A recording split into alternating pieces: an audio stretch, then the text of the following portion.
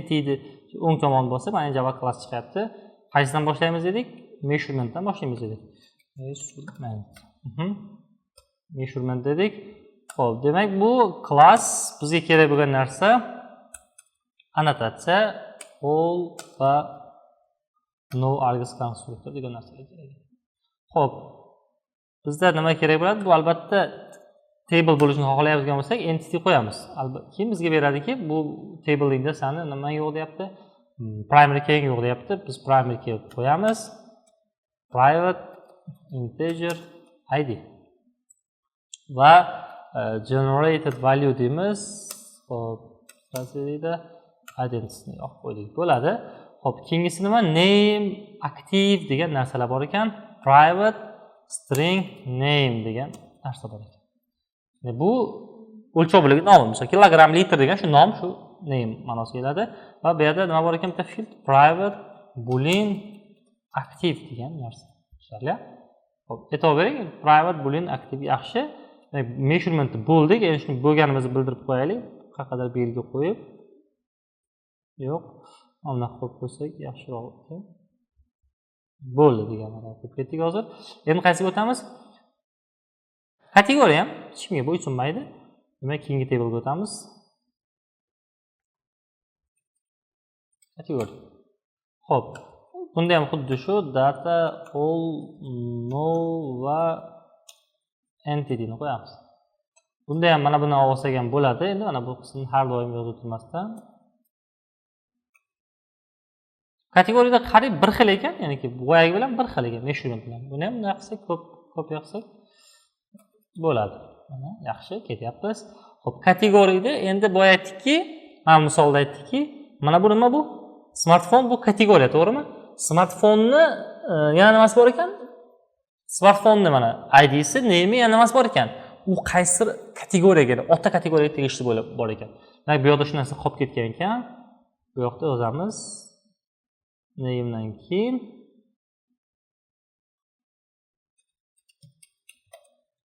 parent ID. Parent ID bu qayerga boradi?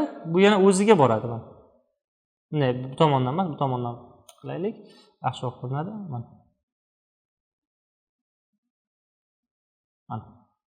O'ziga boradi. Qarang, bu obyektning ichida o'zi yana qaytadan keladi. O'zi deganda shunga o'xshagan tipdagi klass kelyapti. Tushunarli? Xo'p, demak, kategoriyaning nimasi bo'lar ekan? Kategoriyaning ID'si bo'lar ekan, name'i bo'lar ekan, parent ID'si bo'lar ekan. Parent deganda qaysi kategoriyaga tegishli? Tasavvur qiling, mana buni parent qaysi? Elektronikani parent. Elektronikani parenti yo'q, ya'ni ota kategoriyasi yo'q, chunki o'zi eng katta kategoriya. Kompyuter texnikani ota parent kategoriyasi qaysi? Yo'q. Bittiroq texnikaniki ham yo'q. Lekin elektronikani ichidagi telefonning ota kategoriyasi qaysi? Uning ota kategoriyasi mana elektronika. Tushunarlimi? Buni ID'si bo'ladi. Xo'p, endi smartphone bu kategoriya, to'g'rimi? Buni ota kategoriyasi qaysi? Telefonning ota kategoriyasi. Tushunarli? Xuddi shunaqa arxitekturani qurish uchun bu yoqda parent ID ni qo'ygan. O'zining ichida obyekt qaytadan keladigan bo'ldi. Bu yoqda qanday qilamiz desangiz, bu yoqda endi tasavvur qiling. Xo'p, bitta kategoriyaning otasi nechta bo'ladi? Mana bu yoqda tasavvur qiling. Mana shu smartfonning otasi nechta? Bitta telefonning otasi. Xo'p, telefonning otasi nechta? Uning otasi bitta, elektronika. Elektronikaning otasi-chi? Yo'q. Endi bu tomondan kelamiz endi. Smartfonning bolasi nechta? Ko'p bo'lishi mumkin, to'g'rimi? Telefon degan kategoriyaning bolasi nechta? Mana ko'p. Smartfon, umniy, chasi, braslet, chexli, bu hammasi nima bu? Telefonning bolasi. Xo'p, elektronikaning bolasi nechta? Ko'p bo'lishi mumkin. Mana bular hammasi elektronikaning bolasi. Demak, biz har qanaqa kategoriyaning otasi bitta bo'lar ekan yoki otasi nima bo'ladi? Yo'q bo'lishi mumkin ekan. Mana elektronik otasi yo'q bo'lgani kabi. Demak, biz bir narsani kelishib olaylik. Bu qanaqa relation bo'ladi? Bog'lanishi one to one, many to one, one to many, many to many dan qaysi bir bo'ladi? Bitta kategoriyaning otasi nechta bo'ladi? Bitta bo'ladi. Lekin shu otasini bolalari ko'p bo'ladi. Tushunarli? Otasini bolalari ko'p. Misol uchun sizda otangizning ID'si keladigan bo'lsa, lekin akalaringizni ham, ukalaringizni ham, opalaringizni ham, singillaringizni ham shu bitta otani ID'si keladi, to'g'rimi? Demak, bola tomonda tursak, otani ID'si keladi. Xuddi shuning uchun boshqa bolalarda ham shu otani ID'si kelishi mumkin ekan. Demak, bu tomon many to one, ko'plab kategoriyalarning otasi nima bo'lishi mumkin? Bitta parent kategoriyada tushunishingiz uchun. Tushunarli? Mana bu yerda ham to'g'rilab qo'yaylik. Parent ID emas, parent kategori ID deylik. Demak, parent kategori bo'ladi. Demak, ko'plab kategoriyalarning mana bu yerda ID'si kelyapti, misol uchun. Use name kelyapti, misol uchun. Xo'p, telefon. Buni otasi qaysi? Misol ID'si 56 bo'lgan, buni ID'si otasi bo'lishi mumkin. Bu yog'i true. Tushunarli? Demak, yana bitta kelyapti. 101 boshqa. Buni otasi nima bo'lyapti? Bu yerdan ko'raylik, misol uchun.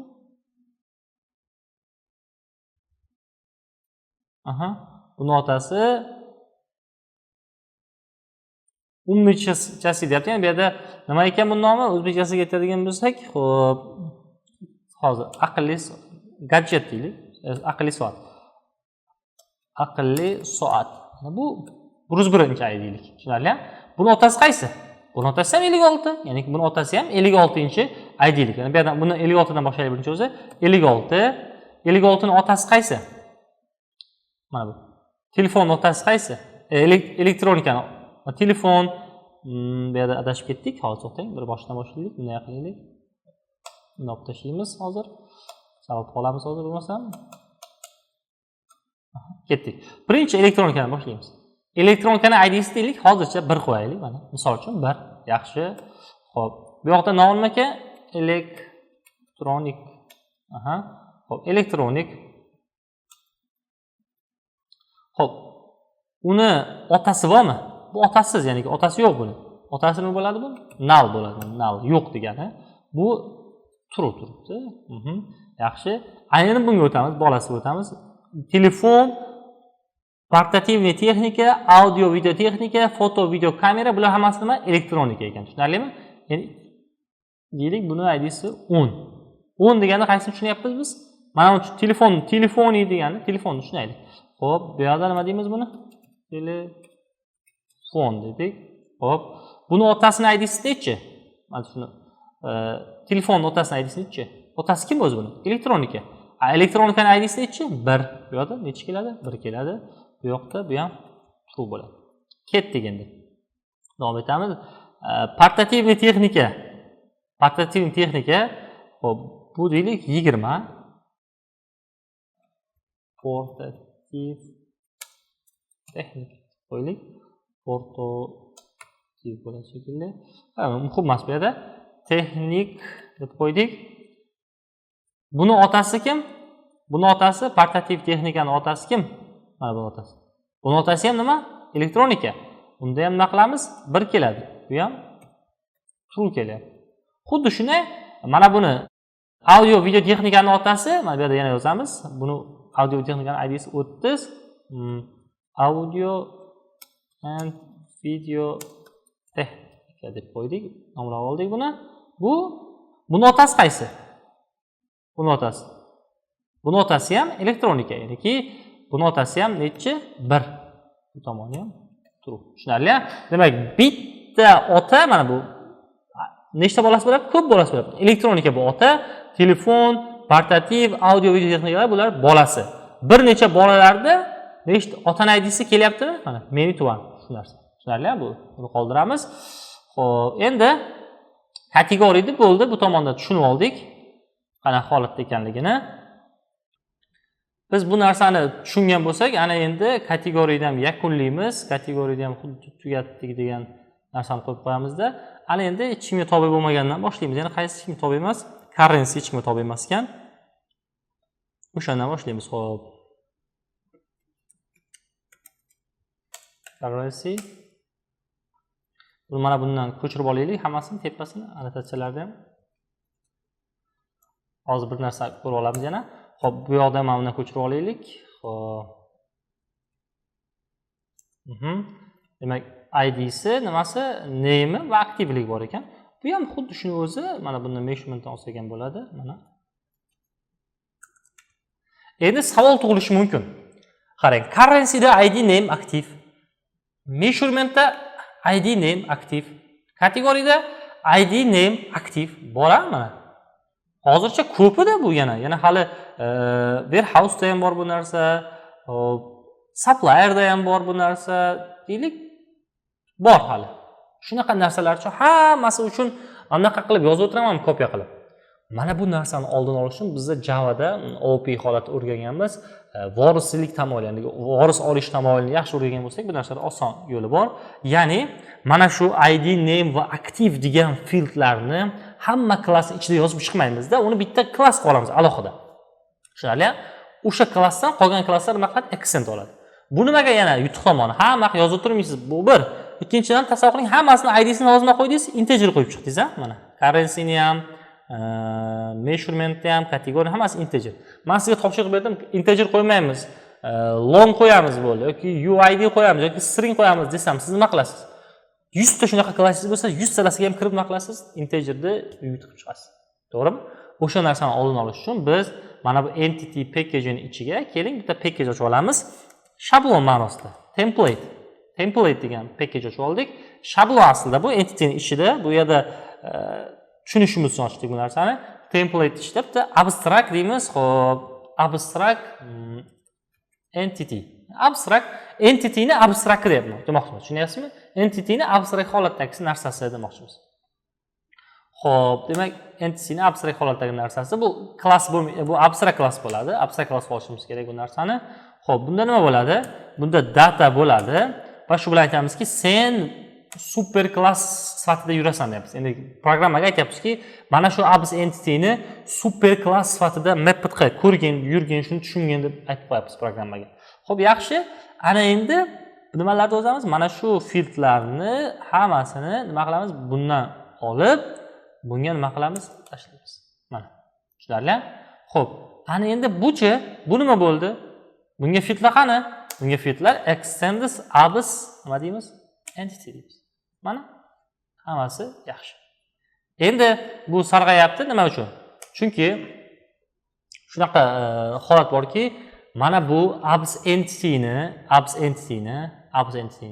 hamma fieldlarini mana shu equals va hashcode degan metod bor, bilamiz-a? Mana bunaqa alt enter deb bosadigan bo'lsak, mana equals and hashcode degan metod bor. Equals va hashcode metodlarini mana bu measurementga ham qo'llashligini aytishimiz uchun aytyapmizki, mana equals va hashcode-ni call super deyapti. Super deganda super class, ya'ni ota class, bu qaysi? Abs entity. Abs entitydan olgan deyapmiz, true deyapmiz shu narsa. Endi mana bu yerda e'tibor bering. Xo'p, buni nechta fieldi bor hozir? Buni 3 ta fieldi bor, lekin shu klass ichidami yo otasidan olganmi? Otasidan olgan. Bu klass ichida yo'qmi? Bu klass ichida bo'lmagandan keyin mana bu narsalarni qo'yish kerak emas, chunki buni bironta fieldi yo'qki, buni konstruktor qo'yadigan bo'lsak. Tushunarlimi? Ana endi currency-ga ham o'tamiz. Currency-dan ham bularni olib tashlaymiz. Mana. Extend qilamiz abs entity. Bundan ham buni nima qilamiz? Olib tashlaymiz va buni equals hashcode-larni qo'yib qo'yamiz. Mana qarang, kategoriyada ham bor. Mana kategoriyada ham bor. Kategoriyadan ham bular fieldlarni nima qilamiz? Olib tashlaymiz. Bu fieldni ham olib tashlaymiz va bu qoladi lekin. Bu o'ziniki. Fieldni buni nima qilamiz? Extend deymiz abs entity. Tushunarli? Bunda aytibmizki, mana bunda equals va hashcode qil va bularni yo'qot deyapmiz. Xo'p, kerak emas, yaxshi. Mana abs entity bo'ldi. Mana bitta klassni template ochib oldik. O'sha klassni hamma klassini nima qildik? Qo'llab oldik. Ana endi biz har doim copy qilishga muhtoj bo'lmaymiz. Xo'p, demak, bu bo'pti. Currency ham bo'libdi. Buni ham belgilab qo'yaylik. Xo'p, kim bizga kerak bo'lgani? Kim? Warehouse. Warehouse ham belgilab qo'yaylik. Warehouse qolamiz hozir. Xo'p, warehouse degan entity ochamiz. Nima qilamiz buni? Extends abs entity da. Buni tepasida data qo'yamiz va entity qo'yamiz. Va data aytyaptiki, equals hashcode olyapti. Bo'ldi, warehouse ham yaxshi. Xo'p, endi bizga kerak bo'lgan narsa kim? Attachment qilib olaylik. Attachment va attachment content qilib olamiz. Xo'p, bu osonroq bizga. O'ng tomonni bosib attachment data va entity. Nima deymiz? Extends qilamizmi birontasidan? Name activity degan field yo'q, to'g'rimi bunda? ID, name, size, content deb bor. Shuning uchun buni extend qilmaymiz. Buni o'zimiz yozamiz. Xo'p, buni nima bu yerdan olaylik mana bundan. Vaqt ketmasin. Mana shu fildning ikkitasini. Xo'p, demak buni yozdik. Name, size bor ekan. Bu nima tipida?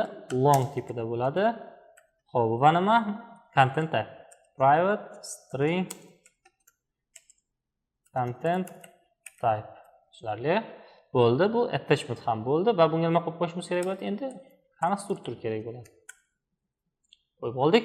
Yana e'tibor bering, kategoriyada konstruktor qolib ketibdi, chunki uni bitta fildi bor-ku, to'g'rimi? Fildi bo'lgandan so'ng unda konstruktor qo'yib ketishimiz kerak bo'ladi. Attachmentni ham tugatib oldik. Ana endi bizga kerak bo'lgan narsa nima edi? Attachment content. Hozircha hammasini ID'sini tipini nima qo'yapmiz? Integer qo'yapmiz. Keyinchalik bu narsani integer qo'ymaymiz, boshqa tipni ishlatamiz. Bu yerda xato bo'ldi. Attachment content. Xo'p, bunda ham bu kopiya qilganlarimizni tashlaymiz. Buni ham nima deymiz? Data all no va entity deymiz. Buni ID'si byte bo'lar ekan, name bo'lmas ekan, ya'niki name bo'lmaydi. Byte array tipida bytes deymiz va attachment ID deymiz. Attachment ID ni biz Java'da o'rgatganimiz uchun attachment emas, attachment ID emas, nima deymiz? Attachment deymiz. Tushunarli? Attachment. Endi bitta content nechta attachment tegishli bo'ladi? Bitta byte nechta attachment tegishli bo'ladi? Bitta attachment tegishli bo'ladi. Bitta attachment ham byte bitta bo'ladi. Shuning uchun 1 to 1 bo'ldi. Xo'p, attachment contentimiz ham bo'ldi. Xo'p, ana endi biz qilishimiz kerak bo'lgan narsa qaysi edi? Keling. Ana endi bizga supplierni ham xuddi shunday bitta table ochamiz. Supplier degan table. Supplierda nimasi bor ekan? ID, name, active bor ekan. Uni ham extend qilamiz. Kimdan? Abs entity degan, abstract entity dan demoqchimiz. Xo'p, buni entity ligini ko'ramiz va mana bu yerda equals hash kodni olamiz. Va nima field qoldi bunda? Phone number degan alohida field qoldi. String phone number. Phone number.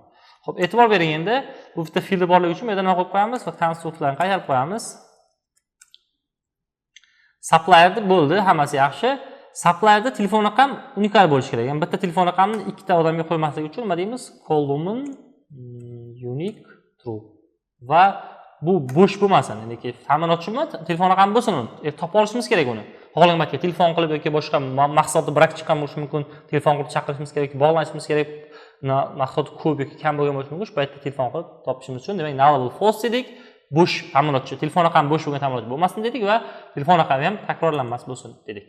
Xo'p, supplier ham bo'ldi. Biz endi qiladigan ishimiz qaysi? Xo'p.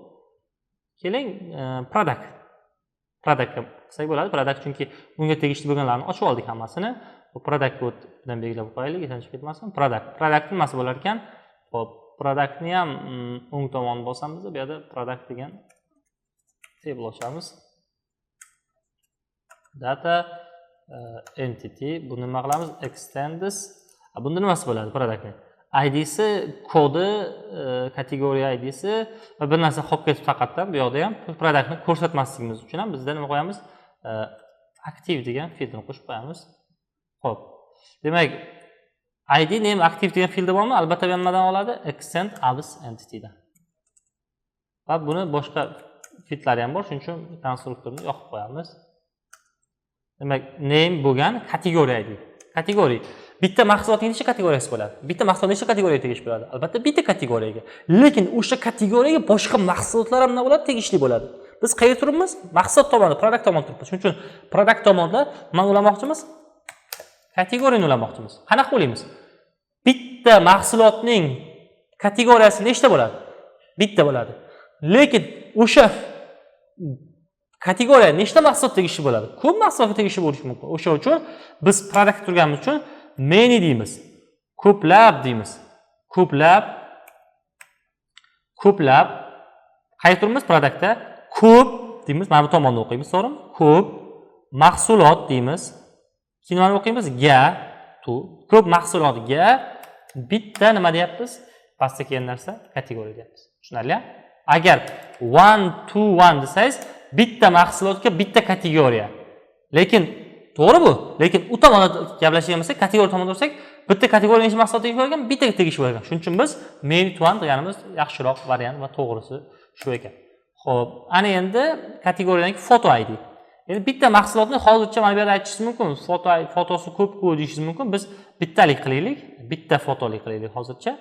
Xo'p, demak, fotoni qaysi table bizda foto ID attachment ga bo'lingan, lekin table nom ustun nomi foto. Qaysi table? Attachment table, ustuni nomi foto. Ana endi bitta mahsulotga nechta foto bo'ladi dedik? Hozircha bitta dedik. Bunga aslida bu yoqda ko'p lekin, to'g'rimi? Biz lekin bitta qilib ketaveraylik hozircha tushunishimiz uchun 1 to 1. Lekin o'sha rasman boshqa mahsulotga tegishli bo'lmasin. Misol uchun go'shtni rasman olib boshqa mahsulotga qo'shib qo'ymasin. Shuning uchun ham 1 to 1 dedik. Tushunarli-a? Bu tomonda yaxshi bo'ldi. Ana endi code. Kod deganda o'sha mahsulotni barkodi tushunsangiz ham bo'ladi. Takrorlanmas kodi. Keyin measurement aytsangiz, o'sha mahsulotning o'lchov birligi bo'ladi. Har qanaqa mahsulot o'lchov birligi bo'ladi albatta. Misol uchun kilo, dona, metr nimada bo'ladi. O'sha uchun keyin o'sha mahsulotning o'lchov birligi bitta bo'ladi. Tasavvur qiling hozircha. Keyin o'sha o'lchov birligi boshqa mahsulotga ham tegishli bo'ladi. Shuni ham hisobini oling. Bitta mahsulotga o'lchov birligi bitta bo'ladi, lekin o'sha o'lchov birligi boshqa mahsulotga ham tegishli bo'ladi. Demak, private measurement deymiz, bu tomonda measurement deymiz. Xo'p, demak, yana nima deymiz? Bitta mahsulotda nechta o'lchov birligi bo'lar ekan? Bitta. Lekin mana 1 to 1 deyishimiz kerak, to'g'rimi sizga? Bitta mahsulotga bitta desak, bitta mahsulotga bitta o'lchov birligi bo'ladi desak. Lekin o'sha o'lchov birligi boshqa mahsulotga ham tegishli bo'lishi mumkinmi? Misol shakarniki, go'shtniki, yog'niki, misol deylik, kartoshka, piyozniki hammasi bitta kilogramm, misol uchun. O'shanaqa bo'lgani uchun ko'plab mahsulotlarning o'lchov birligi bitta deyapmiz. Ko'p deyapmiz. Ko'p mahsulot o'qiymiz. Gani o'qiymiz. Ko'p mahsulotga bitta nima o'lchov birligi. Haqiqat, to'g'ri. Xo'p, keyingisi aktiv. Demak, bu yerda aktiv shart emas, chunki aktivni nima olganmiz? Abs entityda aktiv bor. Shuning uchun bu bo'ldi. Keyingi qilishimiz kerak bo'lganimiz, keling, user degan tableni ochamiz. Xo'p, user degan table. User data entity extends abs entitydan olamizmi? Buni name degan narsasi bormi? Yo'q, buni first name degan narsa bor. Shuning uchun bundan olmaymiz. Extend qilmaymiz. Xo'p, buni o'zidan olamiz. Private integer. Hozircha hammasini tipi id dedik. Integer bo'ladi dedik, idlar tipi. Va mana bu yerda nima qolib ketdi? Generated qolib ketdi. Identityni qo'yamiz va first name, last name larni chiqishimiz kerak bo'ladi. String first name xuddi shuni olamizda, last name, keyingisi phone number, private string phone number, undan u katta bo'lib qoldi, phone number, code, ya'ni userning kodi, to'g'rimi bu? String qo'yaylik, chunki 002, 007 degan misol 08 degan raqamlar bo'lishi mumkin, o'sha uchun stringda qo'ydik va password. Password bu kirish uchun bu narsa, xo'p, password va aktivligi. O'sha userning programmaga kira oladimi, kira olmaydimi, shuni belgilovchi aktiv degan field. Demak, userni yozish kerak, nimalar qolib ketdi? Bu yerda telefon raqami nima bo'lishi kerak? Unique bo'lishi kerak, chunki username bu. Ya'ni parol logindagi login hisobida bo'ladi. Va nullable nima bo'ladi? False bo'ladi. Ya'ni telefon raqamsiz odam bo'lmasa. Password ham xuddi shunaqa. Nima deymiz? Faqat uni unique deymiz. Nullable false. Yaxshi. Kod ham xuddi shunday. Kodni ham tushunasizlar, ko'chirib olaylik. Kodsiz user bo'lmasin. Kod deganda tartib raqamli user bo'lmasa va ismsiz user ham bo'lmasin dedik. Ismi bo'lsa nimadir bo'lsa ham. Nullable false. Yaxshi. Active default nima ekan? False ekan. Active default nima qo'yib qo'yaylik? True qo'yaylik, chunki userni registratsiya qilsak, true'ligi qolib ketaversin. Bo'ldi. Va nima qolib ketdi? Muhim narsa konstruktorlar qolib ketdi va no args konstruktor. Demak, biz userni hozircha bo'ldik. Endi userni ham bo'lganimizni bildirib qo'yaylik. Bizga qolgan narsa input product, output product qoldi.